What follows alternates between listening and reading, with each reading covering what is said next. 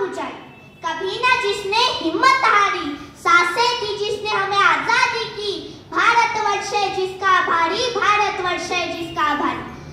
सबको मेरा प्रणाम। मैं Smith Sachin Goyal school of scholar का प्रतिनिधित्व करते हुए आपके सामने विषय प्रस्तुत करता हूँ, महात्मा गांधी का जीवन और कार्य। एक ऐसा व्यक्तित्व, कृतित्व जिसने स्व की परिधि को लांघकर केवल पर के लिए कार्य किया। ऐसे देवतुल्य महात्मा गांधी जी के जन्मदिन पर आप सभी को बधाई। गर्व महसूस करता हूँ कि इस धरा पर एक हाड़ मास का इंसान था जिसने निस्वार्थ भाव से, बिना किसी अस्त्र शस्त्र से, केवल अपने दृढ़ संकल्प से इस देश को नई राह दिखाई। हमारी भारतीय संस्कृति सत्यम शिवम सुंदरम के जिस 3 वाक्य पर अवलंबित है, महात्मा गांधी का सारा जीवन ही उस ध्येय का पर्याय नजर आता है।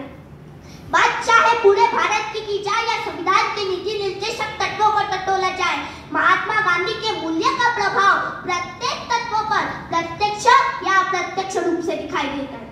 मोहनदास करमचंद गांधी से महात्मा गांधी बनने का सफर इतना आसान कहा था। बचपन से रूढ़िवादी और धार्मिक परिवेश से गिरे मोहनदास का समुद्र पार करके विदेश जाने के लिए अपने जाति और समुदाय के बहिष्कार का सामना करना पड़ा।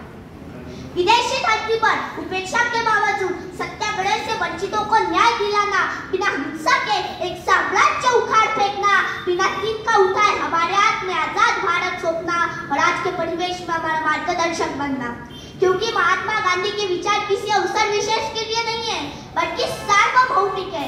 ऐसे में मुझे अकोला के लेखक चंद्रकांत घोटाले जी की किताब का शीर्षक बार बार याद आता है कि मजबूरी का नहीं, मजबूती का नाम है महात्मा गांधी।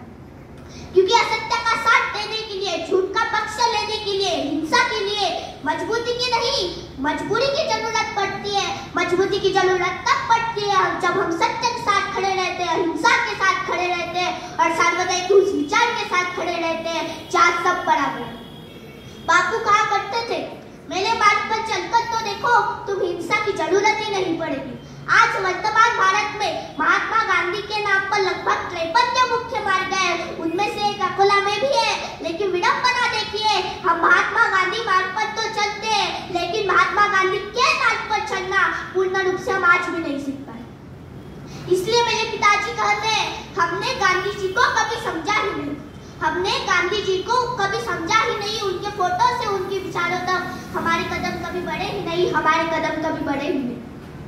भारत में चंपारण में सत्याग्रह, खेड़ा सत्याग्रह, असहकार आंदोलन के माध्यम से अन्याय के खिलाफ लोगों को नई राह दिखाई, मगर पूरे देश और विश्व में दखल देने वाला अहमदाबाद से दांडी मार्च तक का नमक आंदोलन उनके जीवन का सर्वाधिक सफल आंदोलन था। सत्य के राह पर अकेले चल पड़े महात्मा गांधी का यह आंदोलन जनता के सैलाब में बदल गया। यह केवल अहमदाबाद से दांडी तक का सफर नहीं था, वह ज्ञान से ज्ञान तक, डर से आत्मविश्वास तक और पराजय से विजय तक का सफर था। सामाजिक, राजनीतिक, शैक्षणिक, हिंदू मुस्लिम एकता, अस्पृश्यता निवारक, स्वातंत्र्य आंदोलन, इन क्षेत्रों में उनका मूल्यवान योगदान रहा। इसलिए उन्हें राष्ट्रपिता यह खिताब दिया गया।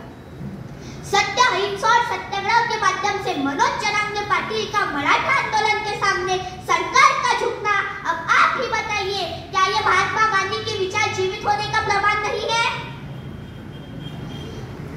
आज भारत इसलिए गांधी मतलब विचारों की कान, गांधी मतलब विचारों की कान, गांधी मतलब ज्ञान की जान, गांधी मतलब अज्ञान पर मात और गांधी मतलब दलितों के साथ। आज भारत आत्मनिर्भर बन रहा है, नया आयाम स्थापित कर रहा है। अगर आवश्यकता है कि यदि हमें बापू के भारत को पुनर्जीवित करना है, तो अपने शरीर का रथ बनाकर स्वयं यात्रा पे निकलना होगा।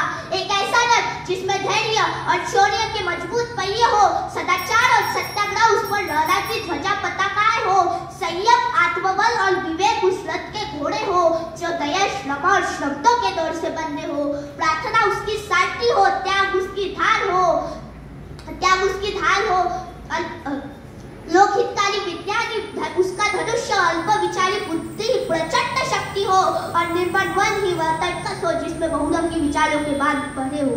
अंत में इतना ही कहना चाहूंगा कि हमें उनके चरण ही नहीं, उनके आचरण भी छूने का प्रयास करना चाहिए। इतना कहकर मैं अपने विचारों को विराम देता हूँ। धन्यवाद।